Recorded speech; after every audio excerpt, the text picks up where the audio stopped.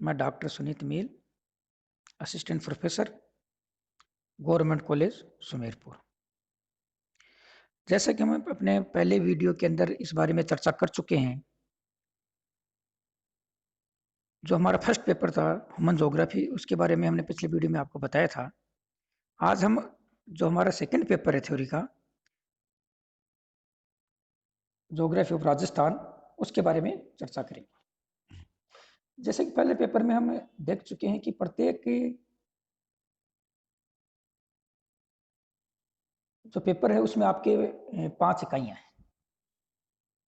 Paper वही आपका 3 घंटे का होगा, 75 मार्क्स का होगा और 3 पार्ट्स में डिवाइड होगा, ए, बी और सी।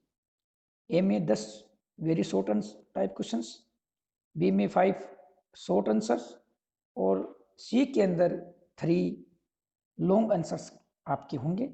टोटल जो मार्क्स होगा वो आपका 75 मार्क्स का होगा। 3 घंटे का आपका पेपर होगा। अब ये पेपर डिवाइड किस प्रकार का, ये देखो आप,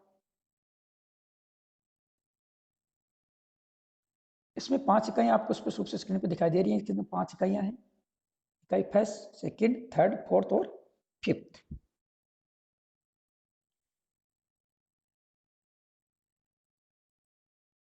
इकाई फर्स्ट के अंदर जब भी हम geography of India, world geography, regional geography या किसी स्टेट की ज्योग्राफी का अध्ययन करते हैं, तो फर्स्ट चैप्टर के अंदर वहाँ की स्थलाकृति, फिजियोग्राफी जिसको हम बोलते हैं, वहाँ की क्लाइमेट, मृदा, वहाँ की वेजिटेशंस, इसके बारे में अध्ययन किया जाता है।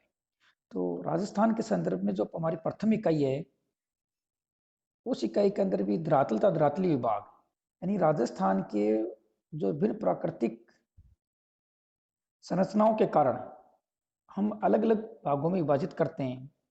जैसे इसके भौगोलिक प्रदेश, भौतिक प्रदेश, इसके कृषि प्रदेश, इस प्रकार का जो प्रादेशिकरण है, उस प्रादेशिकरण में जो धरातल और धरातल विभाग है उसके बारे में अध्ययन करेंगे। जो राजस्थान की जलवायु है, किस प्रकार की जलवायु है, इस प्रकार की जलवायु होने का कारण क्या है, राजस्थान के विभिन्न भागों में पाए जाने वाले अलग अलग प्रकार की जो मृदाएं हैं, उन मृदाओं की विशेषता, और जो प्राकृतिक वनस्पति, जैसे हम दूसरे तरीके से बोलें तो हम कह सकते हैं कि फॉरेस्ट के बारे में अपन अध्ययन करेंगे। कौन कौन से फॉरेस्ट हैं, कितने किस प्रकार की उपज पाई जाती है, उस उपज का क्या उपयोग है, इसके बारे में अपन अध्ययन इकाई फर्स्ट में करेंगे। इकाई सेकंड में है जनसंख्या, पॉपुलेशन। बहुत अच्छा चैप्टर है आपके, और ह्यूमन ज्योग्राफी के अंदर भी आपके एक चैप्टर पॉपुलेशन का था। ह्यूमन ज्योग्राफी के अंदर जो पॉपुलेशन थी वो आपके वर्ल्ड लेवल पे थी, विश्व के संदर्भ में आपको जनसंख्या का अध्ययन करना था, और यहाँ पर आपको राज्य के संदर्भ में जनसंख्या का अध्ययन करना है। लेकिन सबसे अच्छी बात यह है कि जो बहुत सी कॉमन बातें ये हैं, वो दोनों के अंदर समान प्रकार की, तो आपको उस चैप्टर से इस चैप्टर में आपस में एक दूसरे से काफी सहायता मिलेगी। तो जनसंख्या, वो जनसंख्या वृद्धि, जनसंख्या वृद्धि किसे कहते हैं, पिछले 10 सालों के अंदर जो जनसंख्या वृद्धि हुई उसका क्या पैटर्न रहा है, जनसंख्या का वितरण, यानी जनसंख्या जो बिखरी हुई है, जो डिस्ट्रीब्यूशन है, वो किस प्रकार का, किसी स्थान पर बहुत ज्यादा जनसंख्या है, किसी पर बहुत कम है, कहीं पर बिल्कुल भी नहीं है। जनसंख्या के वितरण को जो प्रभावित करने वाले कारक हैं, जनसंख्या का जो असमान वितरण है वो क्यों है, इसके बारे में, जनसंख्या का घनत्व, ये तीनों चीजें या तीनों जो पॉइंट हैं वो आपके ह्यूमन ज्योग्राफी के अंदर भी ऑलरेडी हैं। इसके अलावा स्वरूप, प्रकार, तो बहुनिर्माण सामग्री, ये भी आपके ह्यूमन ज्योग्राफी में, यानी कहने का मतलब है कि जो आपकी इकाई 2 है उसके लगभग 50% जो अध्ययन सामग्री है वो आपके ह्यूमन ज्योग्राफी के अंदर ऑलरेडी आप उसमें अध्ययन कर चुके होंगे। इसके अलावा विभिन्न प्रकार के आदिवासी जो पॉपुलेशन है, आदिवासियों में हमारे यहाँ भील है, मीणा है, ग्रासिया है, इसके बारे में पूछा गया है। मैं आपको बता दूं स्टूडेंट्स की, एक जो तीनों ट्राइब्स हैं, भील, मीणा और ग्रासिया, इसमें से कम एक ट्राइब का क्वेश्चन आपके हमेशा पूछा जाता है। ग्रामीण अधिवास, वर्दी, स्वरूप, प्रकार, बहुनिर्माण सामग्री, राजस्थान में पर्यटन भौगोलिक परिप्रेक्ष्य में, यानी पर्यटन के बारे में बताया गया, लेकिन भौगोलिक परिप्रेक्ष्य में आपको पर्यटन बताना है कि राजस्थान की जो भौगोलिक परिस्थितियां हैं उससे पर्यटन को किस प्रकार से लाभ मिल रहा है।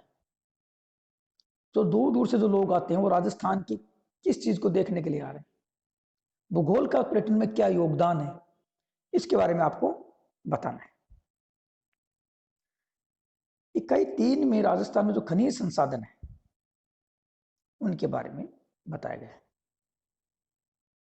खनिज संसाधन और ट्रांसपोर्ट, इकाई 3 है वो खनिज संसाधन और ट्रांसपोर्ट से संबंधित है।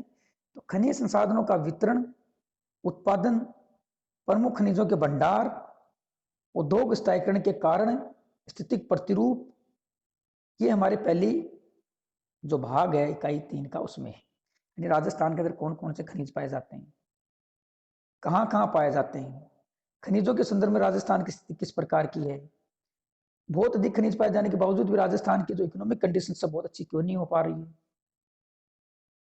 हम कौन से खनिजों को आयात कर रहे हैं, कौन से खनिजों को निर्यात कर रहे हैं, राजस्थान में पाए जाने वाले खनिजों का क्या उपयोग है, किस किस की रिफाइनरी हमारे यहाँ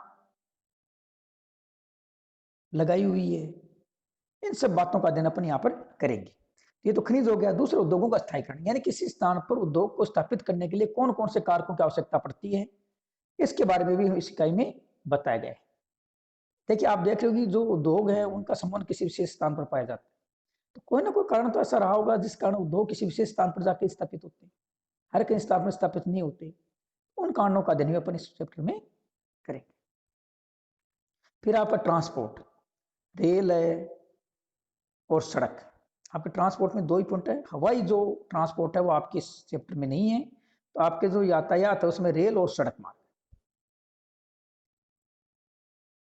उनके प्रतिरूप और अभिगम्यता, यानी राजस्थान के अंदर रेल और सड़क मार्ग जो है उनके पाए जाने का क्या पैटर्न है, कहाँ पर ज़्यादा है, कहाँ पर कम है, प्रति किलोमीटर औसत कितना है, ज़्यादा होने का क्या कारण है, कम होने का क्या कारण है, राष्ट्र के परिप्रेक्ष्य में हमारी स्थिति कैसी है, यदि स्थिति अच्छी है या स्थिति उसके अपेक्षा हम कमजोर हैं तो उसका कारण क्या है, सड़कें कहाँ उपयोगी रहती हैं, रेल मार्ग कहाँ उपयोगी रहती है, सड़क और रेल मार्ग दोनों की आपस में तुलना भी अपन यहाँ पर करेंगे। तो ये आपकी इकाई 3 है।